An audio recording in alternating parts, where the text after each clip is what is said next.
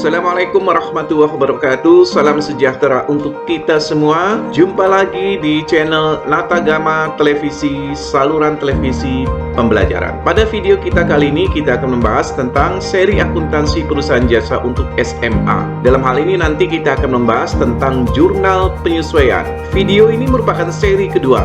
Pastikan Anda sudah menonton seri sebelumnya agar nanti pengetahuan Anda ini menyambung dengan seri kedua ini. Bagi yang belum subscribe, saya ingatkan kembali, jangan lupa subscribe terlebih dahulu. Bagi yang sudah subscribe, jangan lupa aktifkan loncengnya, agar nanti Anda update terus tayangan-tayangan yang akan muncul di channel ini. Terima kasih. Mari kita simak materinya. Saya akan mengulang kembali seperti apa yang sudah pernah saya sampaikan dalam video seri sebelumnya, bahwa di manakah posisi jurnal penyesuaian dalam siklus akuntansi, atau kapan tahapan penyusunan jurnal penyesuaian ini dilakukan. Nah, mari kita lihat ilustrasi di sini. Dari neraca saldo yang sudah kita buat, sebelum dibuatkan menjadi laporan keuangan, jadi sebelum datanya ini dijadikan sebagai data untuk menyusun laporan keuangan, itu perlu dibuatkan terlebih dahulu jurnal penyesuaian. Jadi neraca saldo ini perlu disesuaikan dahulu datanya agar nanti laporan keuangan yang dibuat atau yang disusun ini mencerminkan kondisi keuangan yang sesungguhnya. Mengapa perlu dibuatkan jurnal penyesuaian terlebih dahulu? Nah, di sini ada beberapa macam alasan. Jadi ada dua macam keadaan di mana jurnal penyesuaian itu perlu dibuat. Keadaan yang pertama adalah keadaan di mana suatu transaksi dianggap telah terjadi, tetapi belum dicatat dalam perkiraan atau akun. Jadi transaksinya itu secara akuntansi, secara prinsip akuntansi, itu dianggap telah terjadi, tetapi belum dicatat. Maka itu perlu nanti dibuatkan jurnal penyesuaian. Nah, kondisi yang kedua adalah keadaan di mana suatu transaksi itu telah dicatat, tetapi saldonya itu perlu dikoreksi untuk mencerminkan keadaan yang sebenarnya. Jadi di situ ada dua alasan di mana perlu dibuatkan jurnal penyesuaian terlebih dahulu. Ada beberapa hal, ada beberapa akun nih yang tadi dalam neraca saldo yang perlu disesuaikan. Di video seri sebelumnya kita sudah membahas tentang 3 akun yang perlu dibuatkan jurnal penyesuaiannya, yaitu perlengkapan, kemudian penyusutan aktiva tetap, dan yang ketiga adalah beban-beban dibayar di muka. Pada video kita kali ini, kita hanya membahas tentang pendapatan diterima di muka atau utang pendapatan, kemudian yang kedua, beban yang masih harus dibayar atau utang beban, dan yang ketiga, pendapatan yang masih harus diterima atau piutang pendapatan. Nah, mari kita bahas satu persatu ya. Kita akan bahas satu persatu. Yang pertama, pendapatan diterima di muka, atau bisa pula kita menyebutnya sebagai utang pendapatan. Jadi kalau ada kalimat diterima di muka, itu berarti utang ya. Kalau kebalikannya, tetapi kalau ada kalimat dibayar di muka, itu berarti harta. Jadi pendapatan diterima di muka ini bisa pula kita sebut sebagai utang pendapatan. Apa sih pendapatan diterima di muka? Adalah transaksi yang sejak awal dicatat sebagai utang atau kewajiban perusahaan, tetapi akan menjadi pendapatan di kemudian hari. Jadi seiring waktu, begitu nanti kewajiban ini sudah diselesaikan, maka akan berubah yang semula utang, nanti akan berubah menjadi pendapatan. Nah, pendapatan ini timbul karena perusahaan telah menerima pembayaran atas suatu pekerjaan, tetapi belum menyelesaikan pekerjaannya. Terima duit terlebih dahulu, tetapi pekerjaannya belum diselesaikan. Maka ini kategori pendapatan diterima di muka atau utang pendapatan. Ada beberapa contoh dari akun pendapatan diterima di muka. Misalnya, sewa diterima di muka. Jadi bagi perusahaan yang usahanya menyewakan properti, menyewakan misalnya rumah atau kos-kosan, maka mereka akan memiliki akun yang disebut sewa diterima di muka. Atau bunga diterima di muka. Bagi perusahaan yang memiliki usaha memberikan pinjaman kepada pihak lain, maka dalam perusahaan itu nanti ada akun yang disebut sebagai bunga diterima di muka. Kemudian ada asuransi diterima di muka. Ini bagi perusahaan asuransi. Dan sebagainya. Pencatatan pendapatan diterima di muka di awal Artinya, ketika transaksi itu terjadi, saat terjadi transaksi, saat menerima uang itu dapat dilakukan dengan dua cara. Yang pertama, bisa dicatat sebagai utang, yang kedua, dicatat sebagai pendapatan. Agar lebih jelas, perhatikan contoh yang akan saya berikan di slide berikutnya. Berikut ini adalah contoh pencatatan pendapatan diterima di muka yang awalnya dicatat dengan metode utang. Tanggal 1 Agustus 2019, diterima sewa toko untuk masa 2 tahun sebesar 12 juta. Maka jika dicatat sebagai utang, ayat jurnal pada tanggal 1 Agustus 2019 adalah sebagai berikut. Kas didebet 12 juta dan utang pendapatan sewa sebelah kredit 12 juta. Kita menggunakan akunnya di sini adalah akun utang, ya. Maka ini berarti pencatatannya di awal itu kita menggunakan metode utang. Ya, saat menerima uang di sini, perusahaan menganggap itu adalah utang perusahaan kepada si penyewa. Konsekuensi dari pencatatan yang seperti ini, maka pada akhir periode akuntansi atau pada tanggal 31 Desember 2019, kita harus melakukan penyesuaian. Mengapa perlu dibuatkan jurnal penyesuaian? Karena ada bagian dari utang pendapatan sewa. Bagian dari utang pendapatan sewa di sini yang jumlahnya 12 juta itu telah menjadi pendapatan perusahaan. Mengapa ini telah menjadi pendapatan perusahaan? Karena jasanya sudah diberikan kepada pihak lain, dalam hal ini kepada si penyewa. Berapa lama ini jasa yang sudah diberikan kepada si penyewa? Yaitu 5 bulan. Menghitungnya dari 1 Agustus 2019 sampai dengan 31 Desember 2019. Nah, sekarang kita akan mencari nilai nominalnya. Berapa nilai nominal 5 bulan itu? Yaitu sebesar 2.500.000. Dicari dari mana 2.500.000? Dari 5 dalam hal ini 5 bulan, dibagi 24. 24 itu dari mana? Dari 2 tahun.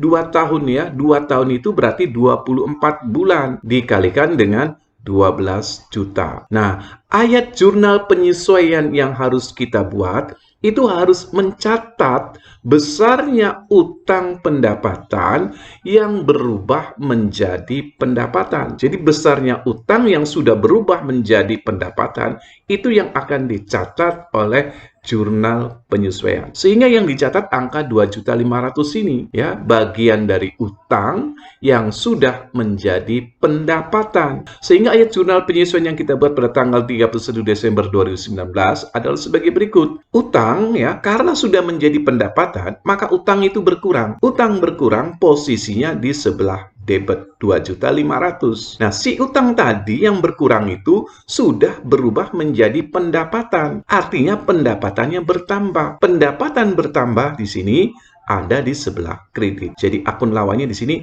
pendapatan sewa. Nah, sekarang akan saya berikan contoh bagaimana pencatatan pendapatan diterima di muka dengan menggunakan metode pendapatan. Artinya saat kita menerima uang, saat terjadi transaksi di awal, kita menganggapnya uang itu sebagai pendapatan kita. Nah, contoh, tanggal 1 Agustus tahun 2019 diterima sewa toko untuk masa 2 tahun sebesar 12 juta. Jika dicatat sebagai pendapatan, maka ayat jurnal pada tanggal 1 Agustus 2019 adalah kas didebet 12 juta dan pendapatan sewa sebelah kredit 12 juta. Bedanya di mana dengan pencatatan yang sebelumnya tadi yang menggunakan metode utang? Kalau pada metode utang di sini menggunakan utang pendapatan sewa. Tetapi kalau pada metode pendapatan di sini kita menggunakan akunnya pendapatan sewa.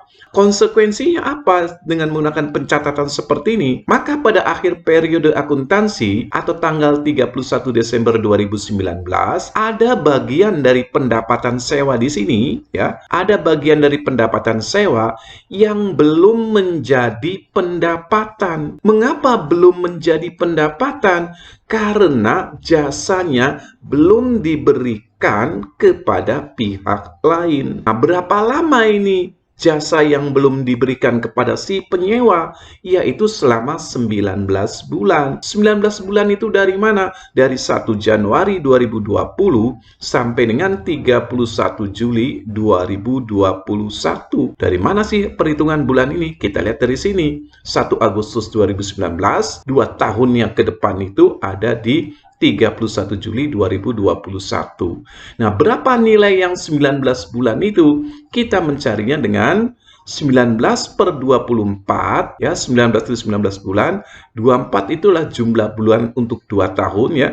2 tahun ini berarti 24 bulan, dikalikan dengan 12. Jadi hasilnya 9.500.000. Ini nilainya ya, nilai dari pendapatan sewa yang belum menjadi pendapatan atau masih berbentuk utang. Masih berbentuk utang kepada pihak lain dengan alasan tadi jasanya belum diberikan. Maka ayat jurnal penyesuaian yang harus kita buat pada tanggal 31 Desember 2019 adalah sebagai berikut. Pendapatan sewa berkurang, ya. Karena apa? Karena tadi kan belum diberikan jasanya kepada pihak lain. Maka si pendapatan sewa ini nilainya berkurang atau harus dikurangi. Berkurang berapa tadi? Berkurang 9.500.000. Pendapatan berkurang, posisinya ada di sebelah debit. Nah, kemudian pendapatan yang tadi berkurang itu masih berbentuk utang pendapatan sewa. Nah, utangnya bertambah di sini. Utang bertambah sebelah kredit 9.500.000. Demikian contoh pencatatan jurnal penyesuaian untuk pendapatan diterima di muka yang di awal dicatat dengan metode pendapatan. Selanjutnya kita akan masuk nih ke jurnal penyesuaian yang kelima, mencatat piutang pendapatan. Jadi beda lagi nih. Kalau tadi utang pendapatan, sekarang piutang pendapatan atau pendapatan yang masih harus diterima. Apa itu piutang pendapatan? Adalah pendapatan yang sudah menjadi hak. Dilihat dari segi waktu, tetapi belum dicatat, sudah diberikan jasanya kepada pihak lain, dan dari segi waktu sudah menjadi pendapatan dalam periode tersebut, tetapi itu belum diterima pembayarannya. Ya, contoh akun pendapatan yang masih harus diterima adalah bunga yang masih harus diterima atau piutang bunga. Nah, ini bagi perusahaan-perusahaan yang bergerak di sektor keuangan, ketika dia memberikan pinjaman kepada pihak lain, atau sewa yang masih harus diterima atau piutang sewa. Ini bagi usaha atau perusahaan yang bergerak di usaha jasa penyewaan properti misalnya, dan sebagainya. Nah, saya akan berikan contoh seperti ini. Tanggal 28 Desember 2019, kamar hotel yang disewa sebanyak 4 kamar dengan total tagihan 2 juta. Jadi di tanggal 28 ini, hotel menyewakan kamarnya kepada pihak lain itu dengan nilai 2 juta. Nah, si tamu tadi akan melunasi tagihan ketika check out tanggal 1 Januari 2020. Nah, di sini perlu dibuatkan jurnal penyesuaian. Mengapa sih perlu dibuatkan jurnal penyesuaian dengan melihat kondisi seperti ini? Karena angka yang 2 juta di sini, angka 2 juta itu sudah merupakan pendapatan di tahun 2019. Tetapi belum diterima. Kenapa belum diterima? Karena pembayarannya nanti tunggu 1 Januari 2020. Nah, maka ketika kita akan menyusun laporan keuangan untuk tahun 2019, nilai 2 juta itu harus sudah dilaporkan sebagai pendapatan di tahun 2019. Kenapa? Karena jasa itu diberikan di tahun itu, di tahun 2019. Nah, pencatatannya bagaimana? Maka kita mencatatnya seperti ini. Piutang sewa bertambah 2 juta, ya masih piutang nih, bukan kas, karena pembayarannya belum diterima. Kemudian pendapatan sewa bertambah sebelah kredit 2 juta. Jadi piutang bertambah debit 2 juta, pendapatan sewa bertambah sebelah kredit 2 juta. Begitulah contoh peristiwa yang terjadi yang terkait dengan pendapatan yang masih harus diterima. Nah, selanjutnya saya akan memberikan contoh untuk akun ke-6 yang memerlukan jurnal penyesuaian. Akun yang ke-6 di sini adalah utang beban atau beban yang masih harus dibayar. Masih harus dibayar. Lihat kalimatnya itu. Karena masih harus dibayar, maka tersirat nih, ada kewajiban perusahaan yang belum diselesaikan. Sehingga di sini bisa pula disebut sebagai utang beban. Apa itu utang beban atau beban yang masih harus dibayar?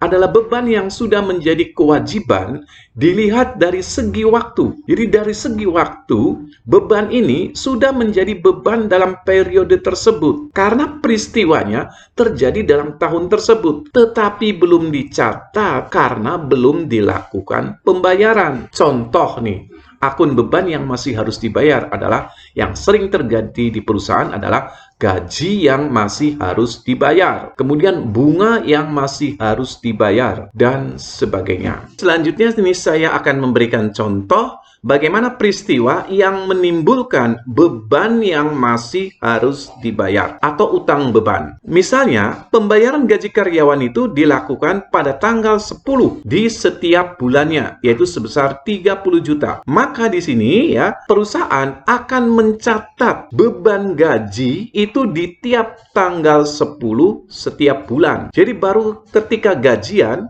itu perusahaan mencatatnya sebagai beban gaji. Tetapi ada perlakuan yang berbeda di saat nanti perusahaan harus menyusun laporan keuangan. Misalnya di sini saat menyusun laporan keuangan itu setahun sekali. Maka berarti di sini periode akuntansi itu berakhir pada tanggal 31 Desember tahun 2019.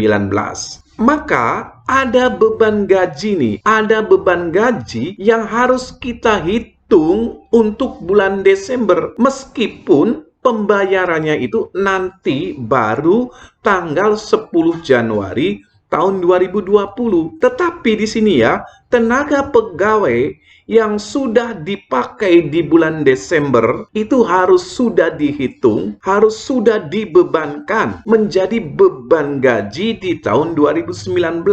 Dengan alasan tadi, karena tenaganya sudah dipakai di tahun itu. Nah, berapa nilai 20 hari di sini? 20 hari dari mana sih? 20 hari itu dihitung dari 11 Desember sampai dengan 31 Desember 2019. Atau dirata-ratakan, dalam sebulan itu ada 30 hari. Maka ada 20 hari tenaga pegawai yang sudah dipakai tetapi belum dibayar. Nah, ayat jurnal penyesuaiannya bagaimana? Maka kita akan mencatat jurnal penyesuaiannya sebagai berikut. Beban gaji bertambah di debit 20 juta. Ya, beban gaji bertambah nih ya, karena terjadi peristiwa kita mencatat beban gaji, maka beban gaji bertambah 20 juta. Kemudian utang gaji bertambah sebelah kredit 20 juta. Mengapa menggunakannya akun utang gaji? Kenapa bukan kas? Karena belum dibayar. Kapan dibayarnya? Dibayarnya nanti tanggal 10 Januari tahun 2020.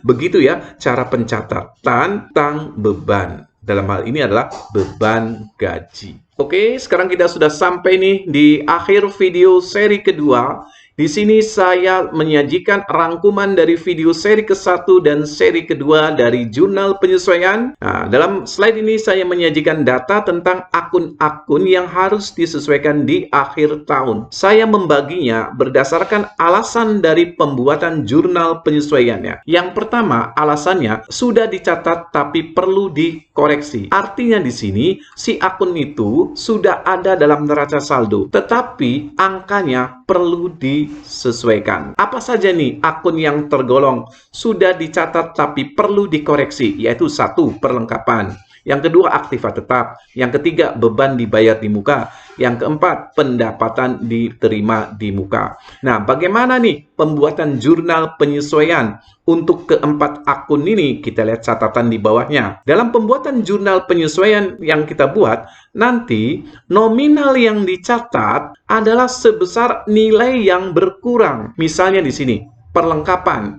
Maka nanti kita dalam jurnal penyesuaian itu akan mencatat besarnya perlengkapan yang berkurang. Nah, itu contohnya seperti itu. Nah, kemudian catatan yang kedua di sini, cara dalam pembuatan jurnal penyesuaian itu yaitu dengan cara memindahkan akun yang bersangkutan ke posisi yang berlawanan. Misalnya, ketika kita menyesuaikan perlengkapan, maka perlengkapan yang semula ada di debit itu nanti posisinya akan berpindah ke sebelah kredit dalam jurnal penyesuaiannya. Kemudian, untuk beban dibayar di muka, Misalnya, sewa dibayar di muka, itu posisinya debit. Maka dalam jurnal penyesuaiannya, itu akan berpindah posisi ke sebelah kredit. Gampangnya begini ya, kalau semula dalam neraca saldo posisinya di debit, ketika disesuaikan dia pindah posisi ke sebelah kredit. Akan tetapi di sini ya, tetapi untuk akun aktiva tetap itu digunakan akun akumulasi penyusutan. Artinya misalnya di sini,